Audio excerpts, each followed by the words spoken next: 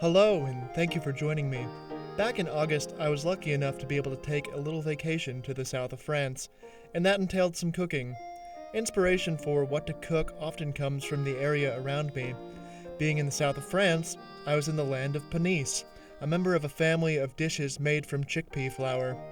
With panisse, a batter is made, chilled, cut into shapes, and then fried. If you like French fries, and who doesn't, you will love these. They are the perfect snack to go with your cool glass of rosé or pastis. It was also a very popular snack at one of the restaurants I worked at in New York City, so it's a nostalgic dish for me also. It only takes 4 ingredients to make, and they come together easily, so let's get to it.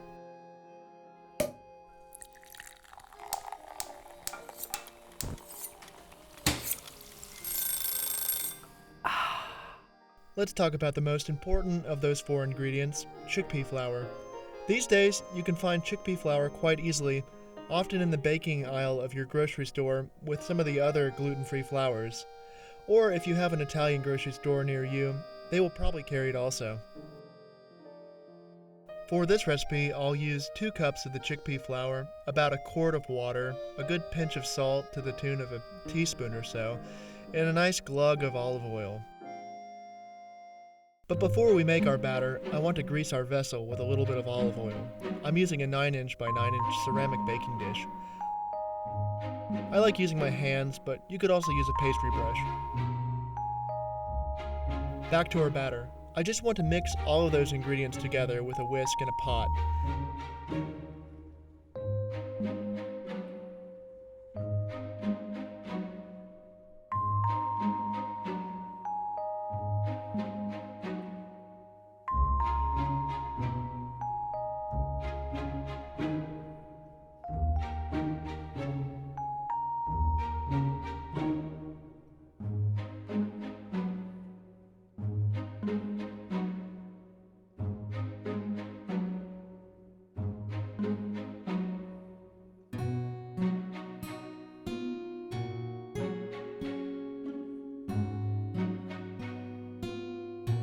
Now I put that pot on the stove over medium heat, stirring continuously.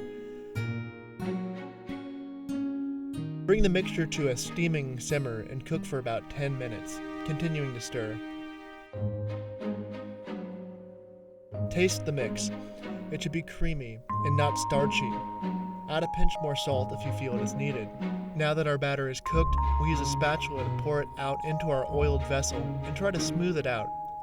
Now, honestly, this batter is a little on the lumpy side. I've seen into the future, and it all works out nicely, but I should have added a splash more water to the batter towards the end of cooking so it poured out more easily. This is what a smoother batter looks like, which will give you a slightly more elegant end product. You can even buzz the batter a bit with an immersion blender at the end if you really want things as smooth as possible. But this recipe is forgiving, so lumpy or smooth, we let the batter cool completely in the fridge. This should take 2 to 3 hours. Once the batter is chilled, it's time to fry. I fill a pot with about 1.5 inches of neutral oil, sunflower, vegetable, grapeseed, corn, and heat it over medium heat. If you have a deep fryer, you could certainly use that. Set the temperature gauge to 350 Fahrenheit or 175 Celsius. When the oil is hot and ready, we can shape our panisse. When I made these in that restaurant I mentioned, we would cut them into ribbons. We would intentionally cut them slightly irregularly. The idea is that this would create slight textural variety, and variety is beautiful. Feel free to play around with the shapes. The chilled batter slices easily. Once you have some shapes cut, we are ready to fry our first batch. It is important to always take care when frying in oil. I support my panisse ribbons from both ends so they don't break, bring them close to the surface of the oil, and release. I know it might feel a little intimidating to get close to the hot oil, but if you try to drop them in from up high, the oil will splash, and you can easily burn yourself. This rule holds true no matter what you are frying. At first, the panisse might try to stick to each other, so you may need to pry them apart a little with some kind of utensil. But once they form a slight crust, this won't be an issue. When they seem about halfway to golden brown, give them a flip to encourage even coloring. Once they are nice and golden brown all over, in the last 10 seconds or so, I like to throw a few sage leaves into the oil. This makes for a nice little crispy garnish. Pull the panisse out of the oil and set on a plate lined with a paper towel.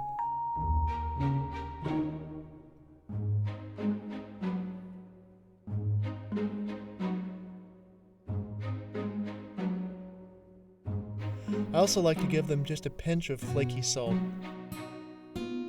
Now just repeat this process for the rest of the batter, and if you don't use it all in one go, it'll keep in the fridge for about 3 days. Let's plate up this batch while they are still nice and warm. I put the panisse down in a crisscross fashion on the plate and drape the crispy sage leaves here and there. I think we can take these out to the patio now.